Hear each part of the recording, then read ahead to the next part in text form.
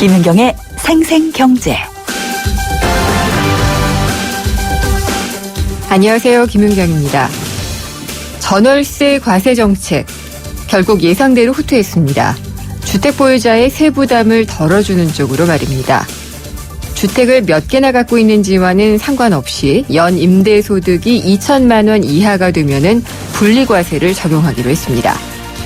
시장의 움직임을 예상 못했다, 이런 비판에 직면하니까 정책이 또 땜질됐습니다. 부동산 대책만 그런가요? 금융 쪽도 마찬가지입니다.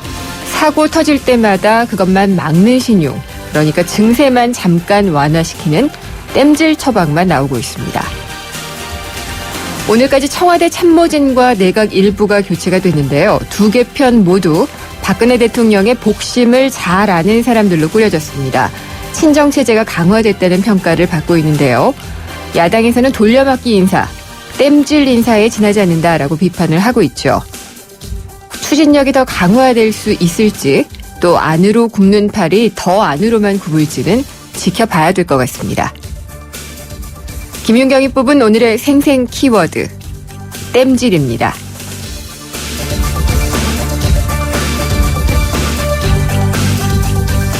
오늘 금요기획 주제는 공무원 연금 개혁입니다. 공무원 연금 적자가 매년 2조 원이나 되는데요. 이걸 해결하기 위해서 지급률을 1인당 20% 축소하는 방안을 정부가 추진하는 것으로 알려져 있습니다.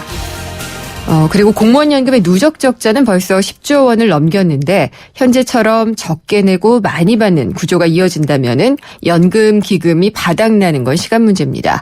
하지만 공무원들은 개혁 방안에 반발을 하고 있는데요. 공무원 연금은 적은 봉급과 또 몇십 년 동안의 신분의 제약을 받으며 일한 대가로 후불 임금의 성격을 갖고 있기 때문이다라고 얘기를 하고 있는데, 공무원 연금은 그러면 어떻게 해야지 바람직하게 개혁을 할 수 있는지 잠시 후 금요기획에서 짚어보겠습니다. 김은경의 생생경제 1부 시작합니다.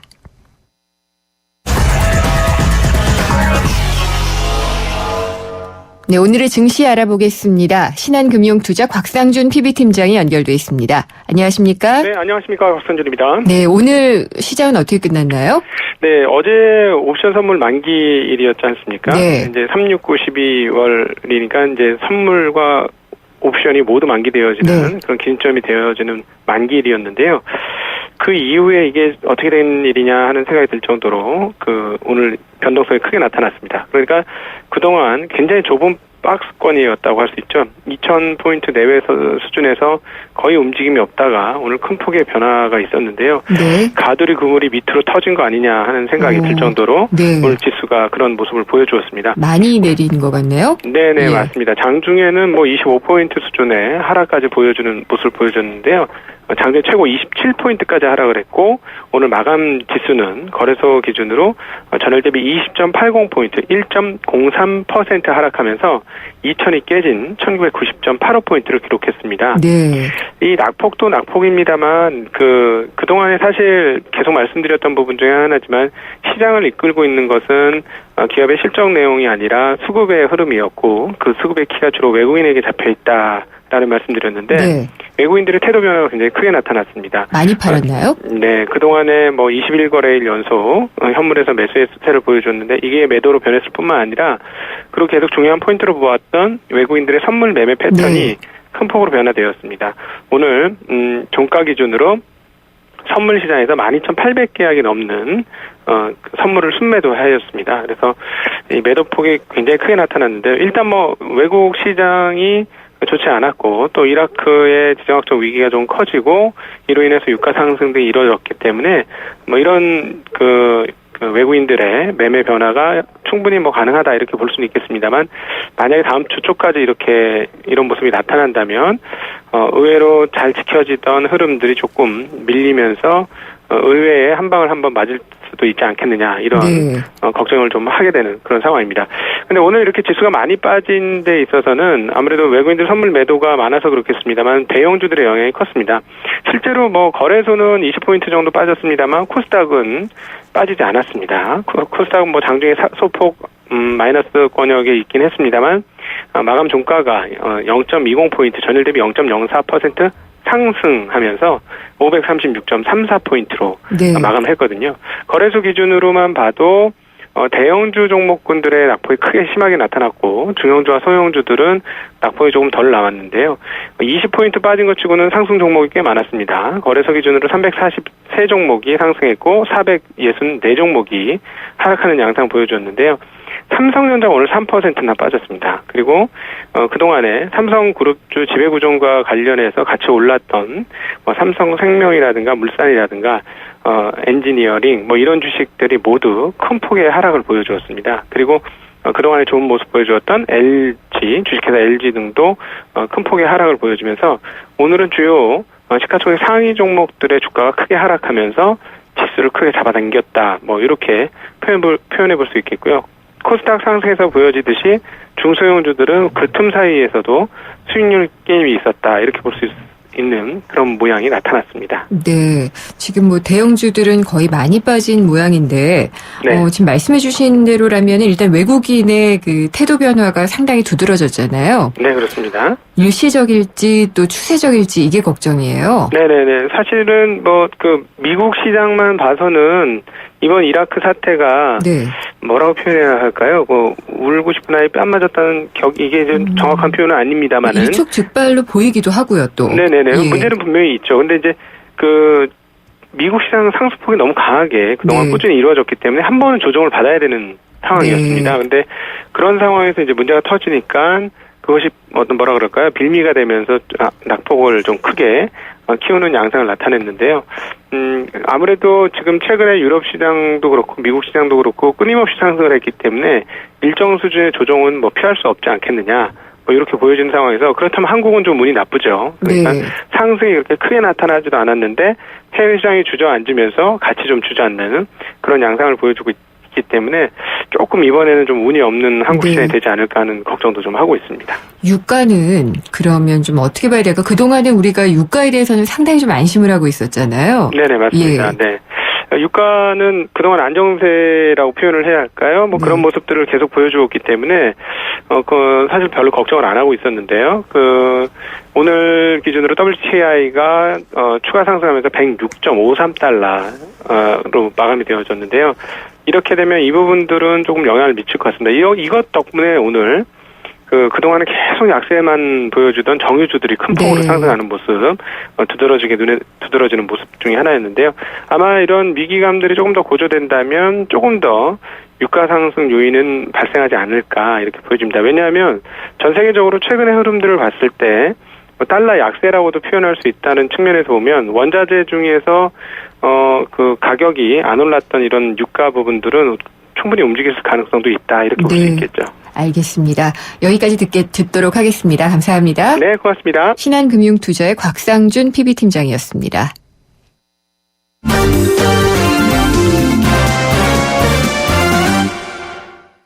네, 오늘의 경제 뉴스 알아보는 시간입니다. 오늘은 한국경제신문 허원순 논설위원과 함께 얘기를 나눠보겠는데요. 오늘 개각 있었죠. 한국경제 정책은 어떤 방향으로 갈지를 좀 심도 있게 얘기를 해보도록 하겠습니다. 안녕하십니까?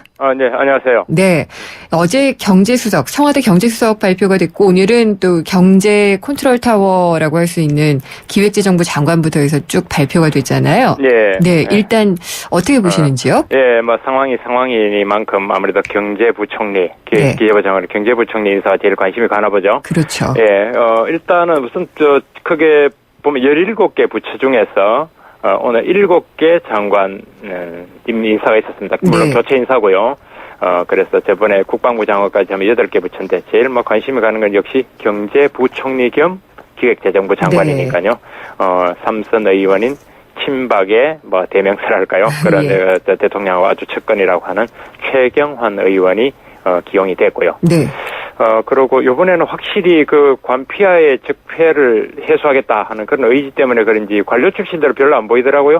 고용부 장관, 고용노동부 장관이 전 차관을 지낸 이기권 씨가 컴백을 했더라고요. 네. 그 빼고는 전부 다 교수 아니면 정치인. 네. 정치인, 그렇죠. 그래서 관료들은 별로 안 썼고, 경제부처에도 많이 흔들지는 않은데, 교육, 그러니까 교육부 장관 사회부총리가 된다는데 네. 이번 이제 김명수 교수가 되기도 했고 뭐 그런 인사 내용은 다 알고 계시죠? 네, 인사 내용은 뭐 그렇고요. 예. 일단 궁금한 게 이제 경제부총리 후보자의 경제관은 예. 어떨까? 라는 점이에요. 우선은 이제 우리가 대통령의 이제 정책을 펴나갈 때 두 네. 개가 하나 이제 보조 그거라고 봐야 되겠습니다. 하나는 이제 우리가 내각이라고 하는 각처 행정부처, 네. 다른 하나는 이제 청와대 참모들입니다. 그렇죠. 그래서 청와대 참모로 어제 초선 의원이자 대학 교수 출신인 안종범 씨가 경제수석으로 지금 가 있습니다. 네.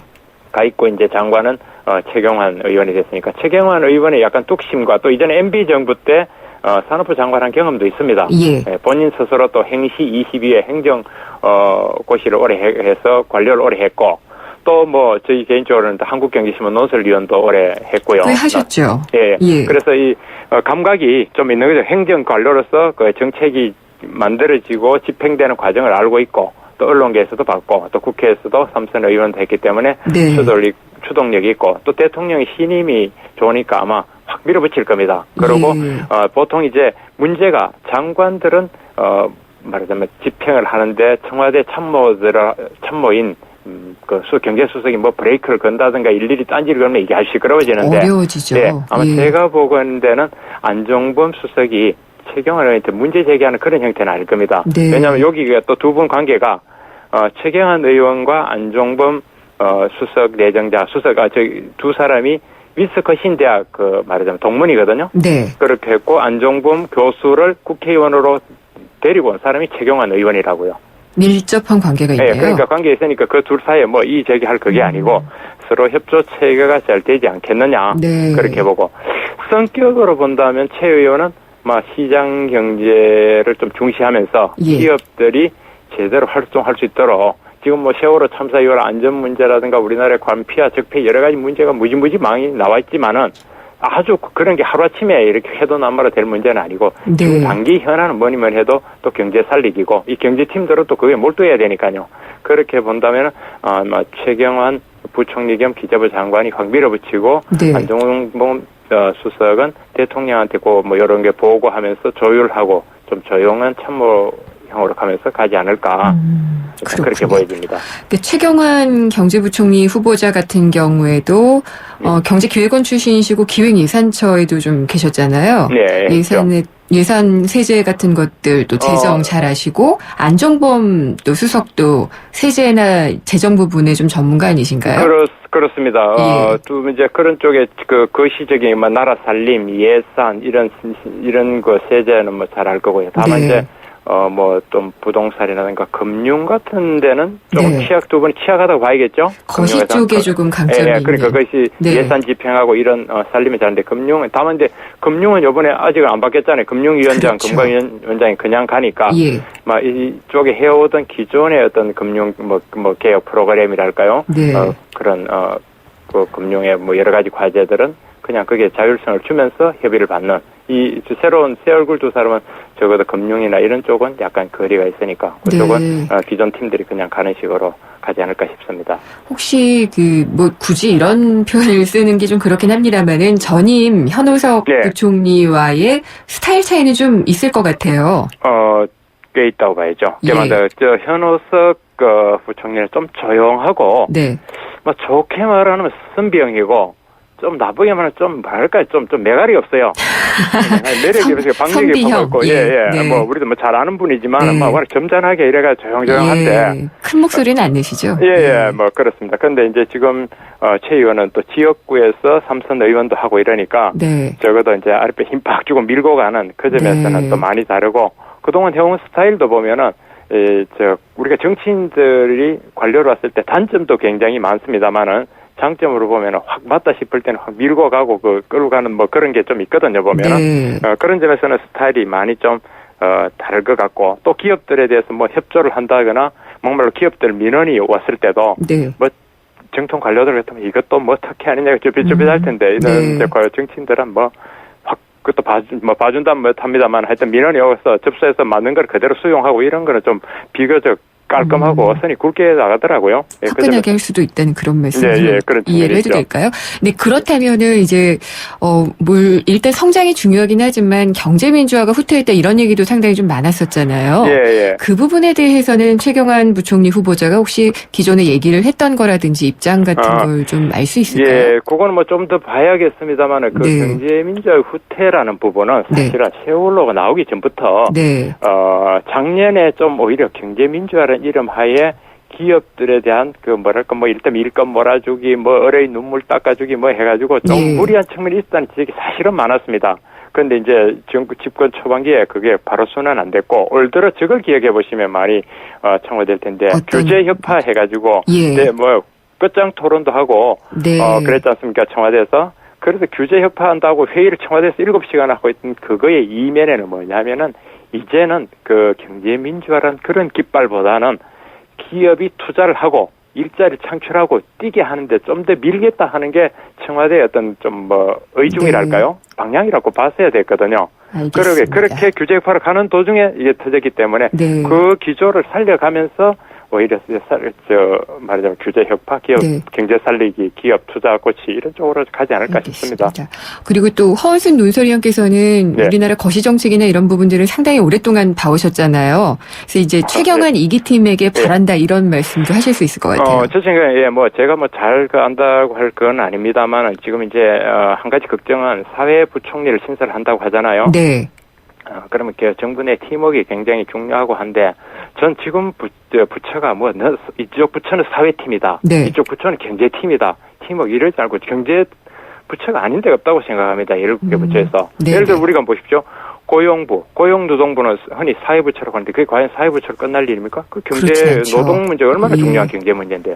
여성가족부, 물론 이제 사회부처라고 하지만 거기서도 여성의 일자리라든가 여성의 어떤 인력 활용이라고 하면 다 경제 문제가 아닌 경제부처가 아닌데 없으니까 부처 간의 칸막이를 없애고 그거 하나고 또 통일된. 하나는 제가 새로 장관된 분들이 이런 걸 좀 했으면 좋겠습니다. 이게 나 그냥 대통령의 대리인이고 1년 하다 장관이 아니라 나는 이 정권의 말하자면 공동 책임자고 그렇죠. 정권과 같은 멤버고 대통령과 내가 같은 말하자면 공동 책임자다. 얘가 책임의식을 가지고 좀 했으면 좋겠습니다. 그 부분 굉장히 중요한 부분인 것 같습니다. 그래야 책임도 지고 현장에 몸도 던지고 개인 해서 이야기하면 예를 들어 이주영 장관 보십시오. 해수부가 가장 큰 책임이 있다고 하지만 그거 수염도 안 갖고 거기서 먹고 자고 하면서 같이 몸 던지고 있으니까 또 유가족들도 조금 보는 눈이 달라지고 그러지 않습니까? 알겠습니다. 그런 되게 필요하다 이겁니다. 네, 좋은 말씀 잘 들었습니다. 오늘 감사합니다. 네.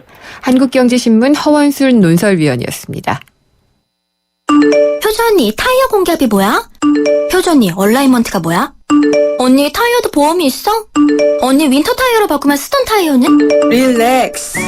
그냥 마음까지 맡길 수 있는 T스테이션 가서 스마트 케어 받아봐. 알아서 다 해줘. 한국 타이어. T스테이션. 생생경제 1부 여기까지고요. 2부에서는 경제신간 그리고 영화로 본 경제영화관이 준비가 돼 있습니다. 특히 경제영화관에서는 오늘 이 송승헌의 연기 변신이 주목받는 영화라고 하죠. 인간 중독을 들여다보겠습니다. 잠시 후 2부에서 뵙겠습니다. 안녕하세요. 도박 중독 예방을 위해서 노력하는 개그맨 황기순입니다. 저는 요즘 도박 중독을 예방하기 위해 강연을 다니는데요. 지금도 우리 주위에는 많은 사람들이 도박 문제로 고통을 받고 있습니다. 본인이나 가족이 그런 고통 속에 있다면 24시간 상담 전화 1336을 눌러보세요. 전문가들로부터 도움을 받는 희망의 빛 상담 전화입니다. 도박 문제 전문가와 상담하세요. 국번 없이 1336. 예방부터 치유까지 24시간 상담으로 도움을 드립니다. 이 캠페인은 사행산업통합감독위원회와 한국도박문제관리센터가 함께합니다. YTN Haf's English Debating Championship. YTN이 주최하고 YTN 라디오가 후원하는 2014 청소년 영어토론 대회가 오는 7월과 8월 개최됩니다. YTN과 함께하는 꿈과 열정의 무대. 청소년 여러분의 많은 참가 바랍니다. 20년차 경제 전문 기자 김인경 기자가 전하는 알기 쉬운 경제 이야기. 김인경의 생생경제.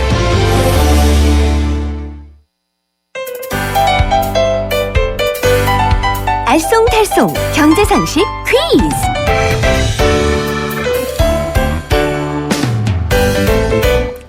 안녕하세요. 경향신문 조미덕 기자입니다. 경제상식을 재미있는 퀴즈로 풀어보는 코너 경제상식 퀴즈인데요. 퀴즈 정답을 아시는 분은 문자메시지 휴대전화 우물정 0945번 우물정 0945번으로 보내주세요. 추첨을 통해 퓰리처상 사진전 티켓과 경제신간을 드리겠습니다. 오늘의 퀴즈입니다. 회사가 제품의 결함을 발견해 보상해주는 제도를 말하는데요. 물건을 산 고객에게 편지나 언론 보도로 보상한다는 사실을 알리고 고객이 제품을 가져오면 무상으로 수리를 해주거나 교환해주죠. 특히 자동차 회사가 이 조치를 취했다는 보도가 많이 나옵니다. 자동차 부품이 잘못되면 인명사고로 이어질 수 있기 때문이죠. 영어 단어인데 원래 뜻은 기억해내다, 불러들이다 라는 뜻을 갖고 있습니다. 이것은 무엇일까요? 1번 리턴, 2번 리콜, 3번 리바운드. 퀴즈 정답을 아시는 분은 문자메시지 휴대전화 우물정 0945번 우물정 0945번으로 보내주세요. 추첨을 통해 퓰리처상 사진전 티켓과 경제신간을 드리겠습니다.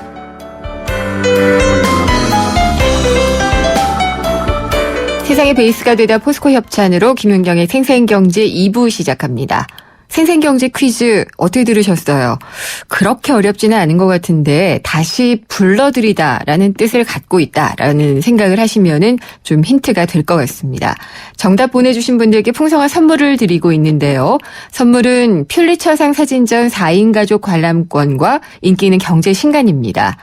정답은 오늘 방송이 끝나는 오후 5시까지 YTN 라디오의 앱 예스 또는 이 짧은 문자는 50원, 긴 문자는 100원이 부과되는 휴대전화 우물정의 0945번, 트위터는 YTN_이코노미고요. 페이스북 YTN 라디오 이코노미로 남겨주시면 됩니다. 물론 웹사이트로 남겨주셔도 됩니다. 저는 광고 듣고 돌아오겠습니다. 차 안에서 먹고 또 먹어도 사람들이 타고 또 타도 페브리즈 차량용이 있으니 냄새 걱정이 없어요. 상쾌한 드라이브 페브리즈 차량용과 함께 페브리즈 차량용 33%님이 보내주셨네요. 히어로빠 카스라이트 모델이잖아요. 카스라이트 한 박스만 보내주세요. 뿌잉뿌잉. 자, 노래 띄워드립니다. 안 돼. 다 내 거야. 칼로리를 33% 내린 맛있는 맥주 카스라이트. 허규현 위원님은 LTE 데이트도 많이 쓰시겠어요? 한국, 미국, 일본 경기까지 하루에 10시간 이상 넘게 보죠. 그럼 요금이 이게 그건 걱정 없어요. 데이터 요금 걱정 없는 LTE8 무한대 요금제. 요금제도 역시 U+. Follow me, U+, LTE8. 자세한 사항은 홈페이지 참조. 들어갑니다. 골프존 마켓 2014 골프 대전. 선착순 타임세일에 2월 상품은 369만원 균일가로 롯데카드 50만원 이상 결제 시 최대 7만원 추가 할인까지. 부담 없이 골프용품 장만할 찬스예요. 6월 13일부터 30일까지 자세한 내용은 매장에 문의. 골프존 마켓. 생생경제가 뽑은 이 한 권의 책, 화제의 경제신간. 금요일마다 만나는 따끈따끈한 경제신간입니다. 홍순철 북칼럼니스트 나와 계십니다. 안녕하십니까? 네, 안녕하세요. 오늘 소개해 주실 책은 어떤 건가요? 예, 제목이 참 재밌습니다. 누가 내 생각을 움직이는가 라고 하는 제목의 책입니다. 제가 쓴 게 아닌데 제가 쓰고 싶은 제목이네요. 그래요. 예. 사실 많은 분들이 내 생각, 내가 주인이잖아 라고 생각하는데 이 책을 읽고 나면 야, 내 생각이 주인이 내가 아니구나. 그래요? 라는 생각을 하게 됩니다. 그러면은 어떤 내용인지 궁금해지는데. 네. 근데 굉장히 이 내 생각을 움직인다 그러면 이게 어떤 분야의 책이에요? 경제교양 분야의 책이에요. 그래요? 그리고 요즘에 네. 넛지란 책 이후에 선택, 경제학이라든가 행동심리학, 행동경제학 이런 얘기들 많이 하는데 그렇게 우리의 선택과 결정에 대한 이야기를 하고 있는 책인데요. 네. 사실 우리의 삶이라고 하는 게 온갖 종류의 선택과 결정과 마주하고 살고 있습니다. 그렇죠. 아주 단순하게는 오늘 점심에 뭘 먹을까 이것 때문에 한참 고민하는 분들도 많이 계시고 요즘에 또 회사들 분위기가 안 좋다 보니까 야 회사를 그만 다녀야 되나 계속 다녀야 되나 이런 생각하는 분들도 많이 계시고요. 하루에도 정말 수백 가지 수천 가지의 선택과 결정의 순간에 마주하게 되는데 네. 안타까운 건 우리가 하는 선택과 결정의 대다수가 부지불식간에 그냥 어떤 매뉴얼대로 네. 이렇게 하고 있다라는 겁니다. 그런 것 같기도 하네요. 그렇죠. 예. 과거에 모 TV 광고의 순간의 선택이 10년을 좌우합니다. 라는 전자제품 광고가 있었죠. 아니, 굉장히 옛날 그 광고 카피를. 그렇죠. 예. 근데 사실 요즘 주변을 보면 정말 순간의 선택을 잘못해서 평생 동안 후회하는 분들도 많이 계신 것 같아요. 맞아요. 오늘 소개해드리는 누가 내 생각을 움직이는가, 이 책의 저자는 영국 최고의 지성으로 꼽히는 노리나 허츠라는 분이 쓴 책인데요. 여성분인가요? 여성입니다. 네. 근데 보통 경제학, 경영학 그러면 남성 위주의 세계잖아요. 좀 그렇죠. 예. 근데 예. 이 노리나 허츠라는 분이 정말 도발적인 언사와 거침없는 언변으로 경제학계 경영학과에서 아주 찬사와 논쟁을 함께 불러 모으는 그런 분인데요. 그렇군요. 일상을 지배하는 교묘한 선택의 함정들이란 부제가 달려 있습니다. 이 책을 통해서 우리 모두에게 아주 도발적인 질문을 던져주고 있는데 네. 방금 당신이 내린 그 결정 정말 당신의 생각에서 비롯된 겁니까? 혹은 예. 누군가 당신이 그렇게 생각하도록 유도한 것은 아닌지 혹시 한 번이라도 의심해 봤습니까? 이렇게 우리 모두에게 묻고 있는 거죠. 의심은 해봤지만 그래도 내 생각이고 내 선택이라고 우기고 싶어지는데요. 그렇죠. 예. 사실 뭐 인간은 네. 경제학의 가장 기본적인 전제 조건 가운데 하나가 인간은 항상 합리적이고 이성적이다. 네. 근데 요즘 들어 그런 것들이 많이 깨지고 있긴 그렇죠. 해요. 예. 근데 실제로 우리가 살고 있는 세상을 보면 그런 이야기 하잖아요. 눈 뜨고 있어도 코 베이는 세상이다. 네. 맞아요. 네. 그러면은 눈 뜨고 있어도 코를 베인다는 것은 제 선택을 뭐 좀 이렇게 뭐라 그래야지 되나? 조작당하거나. 예. 네. 그렇다는 얘기네요. 그렇습니다. 예. 그러니까 이 책에 보면 우리의 생각과 결정을 조종하는 소위 선택 설계자들이 너무나 많이 있다라고 이야기해요. 오, 또 이런 단어를 선택 예. 설계자. 예. 그러니까 이 사람들이 우리가 자연스럽게 그것을 선택하도록 설계하는 겁니다. 미리. 예를 들자면 어떤 게 있을까요? 예를 들어서 아주 뭐 단순하게 마트에 들어갔다가 나올 때 카트 안에 내가 처음에 생각지도 않았던 물건들을 잔뜩 사갖고 나오는 경우들을 많이 경험하실 거예요. 네, 있죠. 예. 예. 근데 그게 처음 생각과는 다르게 그렇게 가득 담고 나오는 이유는 마트에 들어가는 순간 우리는 선택 설계자의 교묘한 함정에 빠져들었기 때문입니다. 아. 처음에 사려고 하지 않았던 것까지 눈에 띄어서 네. 살 수밖에 없는 1+1이라든가 다양한 선택 설계들을 해놓는다라는 거죠. 1+1은 바로 제 선택을 설계하는 사람입니다.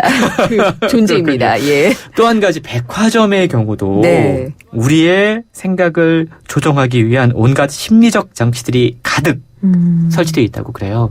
뭐 엘리베이터 옆에다가 뭔가를 이렇게 둔다든지 그렇죠. 뭐 이런 것들이죠. 예. 1층에 진입하면 향기로운 향수 때문에 지갑을 무장 해제가 돼서 지갑을 열게 된다라든가. 시계와 창문이 없어요. 그렇죠. 네. 다 그게 의도된 거라는 거죠. 네. 선택 설계자들의 의도라는 겁니다. 그렇군요. 더구나 요즘 우리가 정말 가상 세계에서 너무나 많은 것들을 하고 있죠. 의사소통도 하고 있고 또 여러 가지 정보 교환도 하고 있는데 가상 세계는 실제로 보이지 않는 세계예요. 네. 그러다 보니까 이러한 디지털 세계에서 길을 잃게 되는 경우들이 많이 있다라고 이야기를 하고 있는데 소셜 미디어 환경은 날 것들이 오가는 곳입니다. 네. 편집되지 않은 가공되지 않은 정보들이 공유되고 있고 그것들 때문에 댓글 알바라든가 언론 조작과 같은 어두운 측면들이 있다라는 건데요. 진실과 거짓을 구별하기가 힘들어지고 또 이것들을 네. 교묘하게 이용하는 수많은 선택 설계자들이 있기 때문에 우리는 지금 이 시대에 현명한 선택을 하기 위한 생존 기술이 필요하다라고 네. 책을 이야기해주고 있습니다. 그러니까 앞에 마트나 백화점 얘기하실 때는 뭐 마케팅 얘기겠구나 이런 정도로 생각을 했었는데 디지털 세계로 넘어가게 되니까 이거 좀 들어봐야겠다 이런 그렇죠. 생각이 좀 드네요. 그러면 책의 내용을 낭독을 좀 들어본 다음에 다시 얘기를 나눠보도록 하겠습니다.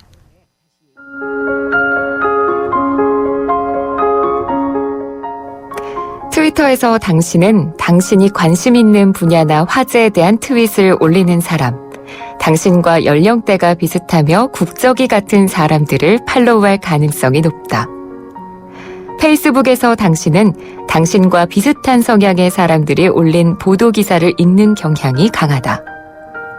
백인 사용자는 백인들이 추천한 컨텐츠를 클릭할 가능성이 높고 흑인 사용자는 흑인이라고 여겨지는 사람들이 올린 뉴스를 선택할 가능성이 높다. 우리가 정보를 공동으로 창출할 때 가장 의지하기 쉬운 대상은 전통적인 게이트키퍼가 아니라 우리의 기존 소셜 네트워크다. 게다가 온라인에서 우리는 적극적으로 반대 견해를 차단한다. 소셜 네트워킹 사이트 사용자 5명 중 1명은 친구가 정치적 주제에 관해 올린 포스트가 마음에 들지 않는다는 이유로 그 친구가 올리는 모든 포스트를 차단하거나 감춘다.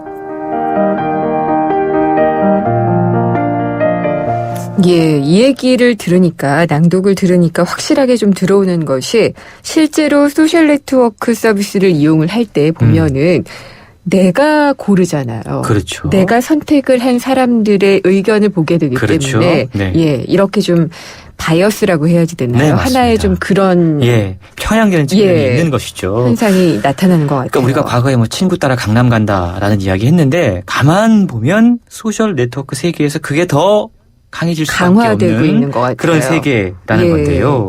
이 책이 이렇게 뭐 소셜 네트워크 세계에서의 선택이 조작되는 경우뿐만 이야기하고 있는 게 아니라 실제로 우리가 우리의 삶 가운데 어떻게 우리의 생각들이 조정되고 네. 있고 또 우리의 선택들이 누군가에 의해서 조작되고 있는지 보여주고 있는데 구체적인 예를 네, 한번 들어주시죠. 들어보시죠. 그 이직을 해야 된다. 그래서 이력서를 하나 새롭게 써야 된다라고 한번 가정을 한번 해보시죠. 2가지 가능성이 있는데요. 어떻게 쓰는 게 더 유리할까 한번 잘 들어보세요. 네. 첫 번째의 경우는 이렇게 쓰는 겁니다. 외국 고객과의 의사소통 담당, 대규모 부서 관리 담당. 딱 이렇게 쓰는 거고요. 아, 자기가 했던 분야를요. 그렇죠. 예. 2번째 경우는 이런 겁니다. 저는 외국 고객과의 의사소통을 담당했습니다. 또한 저는 대규모 부서 전반을 맡아 관리했습니다. 라고 쓰는 겁니다. 사실 예. 똑같은 내용이거든요. 그런데요. 그렇죠. 근데 재밌는 건 이력서를 본 인사 관계자들은 네.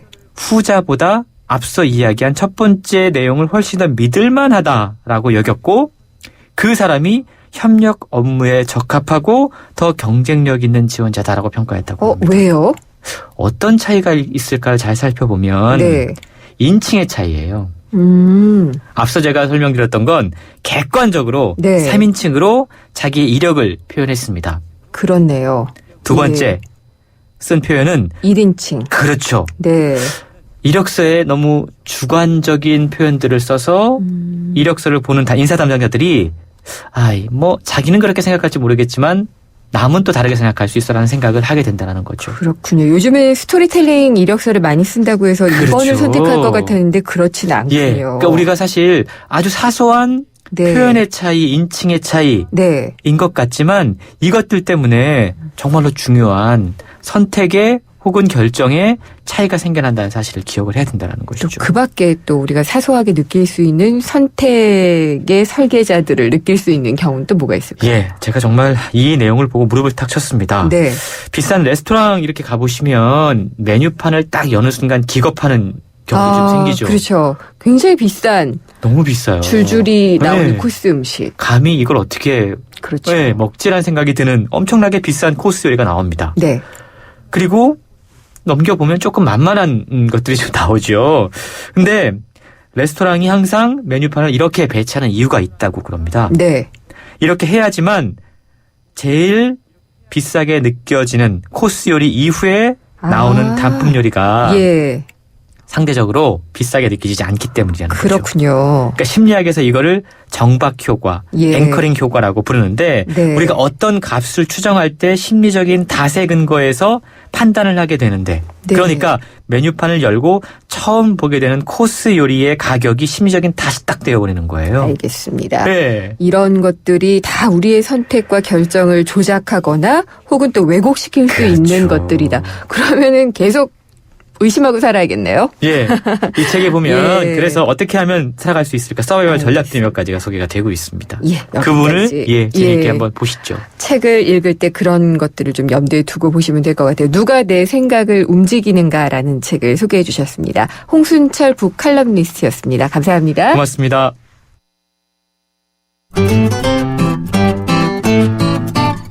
생생경제를 다양하게 만나는 방법. YTN 라디오 앱 예스와 웹사이트 김윤경의 생생경제 또는 트위터 YTN_이코노미로 실시간 듣기와 다시 듣기를 하실 수 있고 방송 내용에 대한 문의와 의견을 주실 수 있습니다.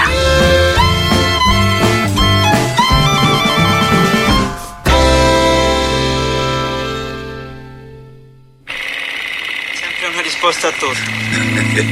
Se voglio fare contento, Totò, ora ti conto una cosa. 영화 속 경제 이야기 알아보는 시간이죠. 경제 영화관 시간입니다. 경향신문의 박병률 기자가 전화로 연결돼 있습니다. 안녕하십니까? 네, 안녕하세요. 오늘은 어떤 영화 소개해 주실 건가요? 네, 오늘은 그 송승은 씨의 네. 연기 변신이 아주 주목을 받았던 최근작 하나를 선택해봤습니다. 영화 인간 중독입니다. 네. 김대우 감독이 만들었는데요. 좀 야한 장면들이 많이 나와서 그 청소년 관람 불가 영화긴 합니다. 이 김대우 감독 하면 좀 아시는 분들도 꽤 있을 것 같은데요. 야한 영화 많이 만드신 분이죠. 네, 방자전, 음란서생. 네. 좀 19금 멜로 영화입니다. 뭐 야긴 합니다만 또 직접 영화를 보면 참 재밌는 또 그런 영화죠. 과거에는 사극을 많이 담당을 했었는데 이번에는 배경을 1969년 베트남전 당시의 한국 사회까지 좀 끌어올렸습니다. 네, 내용을 간략하게 좀 소개해 주세요. 네, 그 당시에 이제 군 관사에서 일어나는 일인데요. 김진평 대령이라는 아주 좀 잘 나가는 교육대장이 있습니다. 네. 송승은 씨가 이제 연기를 한 바로 이 역입니다. 베트남전의 영웅이기도 하고 또 이제 그 장인이 또 장군이라서 백도 좀 든든합니다. 이런 이제 거칠 것 없는 김대령이 사랑에 빠지는데요. 하필이면 부하의 와이프입니다. 이제 대위의 아내인 이제 종가은이라는 인물인데 참 그 좀 매력이 있는 그런 여인입니다. 장교 부인들이 만든 이제 자원봉사단체를 통해 가지고 이제 국군병원을 이 종가은이 방문을 하게 되는데요. 여기서 이제 부상병으로부터 인질로 잡힙니다. 네. 이때 이제 김대령이 멋지게 그녀를 좀 구해내는데 그리고 나서 이제 두 사람이 아주 가까워집니다. 하지만 이제 두 사람 관계가 불륜이다 보니까 오래 가지 못하는데요. 이제 종가은은 김진평 대령과 멀어지려고 하는데 이 김진평 대령은 이제 그녀를 잊지 못합니다. 네. 그러면서 벌어지는 일들입니다. 한번 영화 듣고 갈까요? 네. 새로운 교관 경호진 대의 부인이에요. 우리 남편 교육대장 김진평 대령이에요. 자, 요즘 뭐 하는 거야? 나 한국 보내줘! 여기 한국이야. 이벤트 봅시다.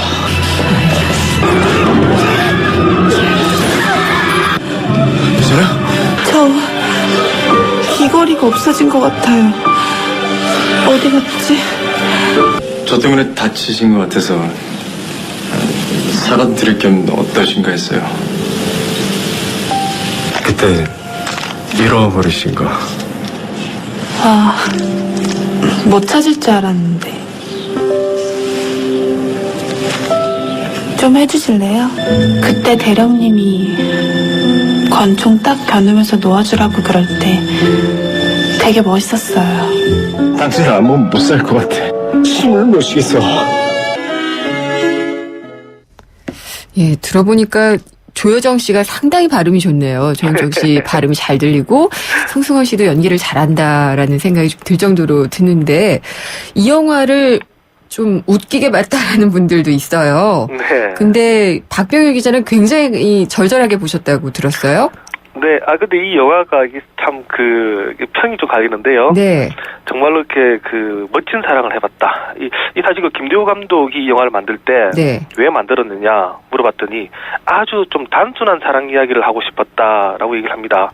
불륜이 주제가 아니고 어떤 사람을 보지 않으면 막 심장이 터질 것 같은 이런 사랑을 좀 만들어보고 싶었다고 하는데 아마 이런 사랑을 해봤던 사람들이라면 좀 감정이입이 됐다 이런 평가가 있고요. 그게 아니고 그냥 좀 불륜 영화라든가 상당히 그런 사랑이 어디 있겠어 라고 생각했을 때는 상당히 좀 우습다. 좀 평가가 좀 갈렸다 이런 얘기도 있습니다. 근데 게다가 여기서 경제 이야기를 뽑아내셨잖아요. 네. 어떤 건가요? 네, 저는 이 영화에서 보면 이제 관사 안에서 지금 사실 벌어지는 일들이 많습니다.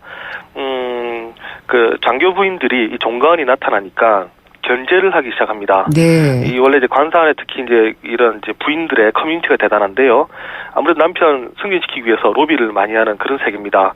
근데 아주 어여쁜 여인 종관이 나타나서 등이 패인 빨간 옷까지 입고 이렇게 돌아다니니까 장교 부인들이 쑥덕쑥덕하면서 시기와 질투를 하는데요. 근데 아무도 나서가지고 이 여인 좀 이상하다, 위험하다 이런 경고를 하지를 않습니다. 왜 그럴까? 여기서 오늘의 그 경제 이야기가 있습니다. 고양이 목에 방울 안다는 그런 건가요? 네, 맞습니다. 예. 결국은 이제 먼저 말했다가 불이익을 받을까봐. 그렇겠죠. 그래서 얘기를 안 하는 건데. 네. 경제학에서 말하는 합리적인 무시 이런 합리적 얘기가 무시. 있습니다. 예. 네, 합리적 무시. 어떤 비판을 했을 때 여기서 얻는 소득이 비판을 하지 않았을 때 얻는 소득보다 많지가 않을 경우에 이 상황을 무시하는데 네. 이 무시하는 상황이 아주 합리적이다 이런 얘기입니다. 조직 안에서 이런 얘기 상당히 많잖아 이런 경우가요. 네, 맞습니다. 차라리 입을 닫고 있으면 훨씬 더 이득인데 괜히 말했다가 나만 손해본다 뭐 이런 건데요. 이 경제학에서 우리가 주로 좀 많이 접목해보는 게 로비 얘기를 좀 많이 합니다. 그러니까 이제 어떤 회사가 정부에서 이제 로비를 해서 만약에 무슨 철도 운영 독점권을 따내려 하는데 이때 이제 이 회사는 로비 비용 10억을 들여서 이제 100억 원의 수익을 얻는다 이렇게 네. 이제 가정을 해보겠습니다. 근데 이렇게 되면 이제 주민들이 상대적으로 만 원씩 열차 요금을 더 내야 되는데 이걸 안 주민들이 가만히 있지 않겠죠? 그래서 이제 우리가 반대 운동을 벌이자 이렇게 모았는데 모으고 보니까 이 반대 운동을 하기 위해서는 또 돈이 필요한 겁니다. 그렇죠. 그래서 만약 한 1억 원 정도가 필요한데 개인이 부담하기 너무 크니까 이게 고민해서 이제 사람을 모읍니다. 그런데도 100명을 모아도 이제 100만 원씩 부담을 해야 되는데 예. 만 원의 이득을 보자고 100만 원씩 쓰기는 어렵다 이런 얘기입니다. 그렇군요. 뭐 또 다른 예가 있을까요? 주로 이제 이런 얘기가 제일 많고요. 그래도 우리가 또 선거 이야기가 또 있죠. 네. 예. 선거 같은 경우에 보면 이제 투표율이 떨어지는 것 합리적 무시로 이제 설명할 수가 있는데요. 잘못된 후보가 선출이 돼서 나쁜 행정을 펴더라도 나한테 미치는 영향이 미미하다. 네. 생각하면 투표장에 나서지 않는다는 겁니다. 우리가 흔히 얘기하는 이제 그놈이 그놈이다. 네. 라고 생각을 하면 유권자는 투표장에 나서지 않는데요. 이게 어떤 경우로 보면 그 후보자 입장에서 비슷한 공약을 내기 때문에 누가 돼도 비슷하지 않느냐 사실 이런 건데 이럴 때는 이제 투표율이 떨어질 수가 있습니다. 그러다 보니까 최근에 보니까 좀 주민 체감형 공약들이 많이 나오고 구체화되는데 네. 이런 것은 결국 이제 투표율을 올릴 수 있는 좋은 방법이다라고 이렇게 볼 수 있을 것 같습니다. 뭐 예를 들면 A라는 후보가 되면 무상급식이 계속될 수가 있다. 혹은 B라는 후보가 되면 무상급식이 끊긴다. 이랬을 때는 이제 그 유권자 입장에서는 바로 이제 자신에게 이익이 돌아오기 때문에 이럴 때는 합리적 무시가 적용이 되지 않을 수가 있습니다. 그렇겠네요. 투표를 하고 안 하고의 문제도 그런 정책적 차별에서 일어날 수가 있다. 오히려 차별이 안 되면 투표율도 떨어질 수 있는 그런 부분이군요. 그렇습니다. 예, 합리적 무시 잘 알아봤습니다. 감사합니다. 네, 감사합니다. 경향신문의 박병률 기자였습니다. 더 스펙타클하게 돌아왔다. 쉐보레 러브 패밀리 페스티벌. 쉐보레 전시장에서 이벤트 참여 시 선착순 8,000장의 트랜스포머4 영화 티켓을, 쉐보레 구매 시 스파크 최대 3년 무이자 할부, 말리부, 캡티바, 올란도 최대 3년 1.9% 할부. 홈페이지 또는 전시장 방문 6월 30일까지. Chevrolet, find new roads. 여러분, 잘생겼다는 말 지금까지 몇 번이나 들으셨어요? 아니, 얼굴 말고요. 우리 모두 이 세상에 잘생겨났잖아요. 서로 잘생겼다 칭찬해 주자고요. 잘생겼다 LDA SK텔레콤. G3를 가장 멋지게 꾸미는 법. 그냥 둬. 버튼 없는 바디, 메탈릭 스킨, 꾸미지 않아도 멋진 디자인. 심플, 그 새로운 스마트 LG G3. 차차 바빠. 도일아, 왜 그렇게 바쁘니? 저 좋은 기름 구도일이 좋은 엔진 오일까지 만들었거든요. 엔진 오일의 놀라운 능력 7초면 느낄 수 있어요. 부릉부릉. 차세대 100% 합성 엔진 오일 S-오일 7 탄생. 엔진을 끼우는 힘 S-오일 7. 내비 따라서 가는데 왜 이렇게 막히는 거야? 답답해하지 말고 실시간 교통정보가 반영되는 올레 내비하세요. 그래, 올레 내비로 바꾸니까 막힘없이 쭉. 올레 내비 지금 통신사 관계없이 무료로 다운받으세요. 올레. 생생경제 퀴즈 다시 한번 알려드리겠습니다. 제품에 결함이 발견이 돼서 회사가 보상해주는 제도인데요. 사고 위험이 있을 수 있는 자동차 회사에서 특히 많이 합니다. 이것이 무엇일까요? 1번 리턴, 2번 리콜, 3번 리바운드입니다. 정답은 오늘 방송이 끝나는 오후 5시까지 YTN 라디오 앱 예스, 또 문자는 휴대전화 우물정의 0945번, 트위터와 페이스북으로도 남겨주시면 됩니다. 정답 맞춰주신 분들 중에 선정을 해서 경제신간과 퓰리처상 사진전 4인 가족 관람권 보내드리도록 하겠습니다. 잠시 후 금요기획인데요. 공무원 연금 개혁 심도 있게 토론을 해보도록 하겠습니다. 4시 뉴스 듣고요. 생생경제 3부에서 뵙겠습니다.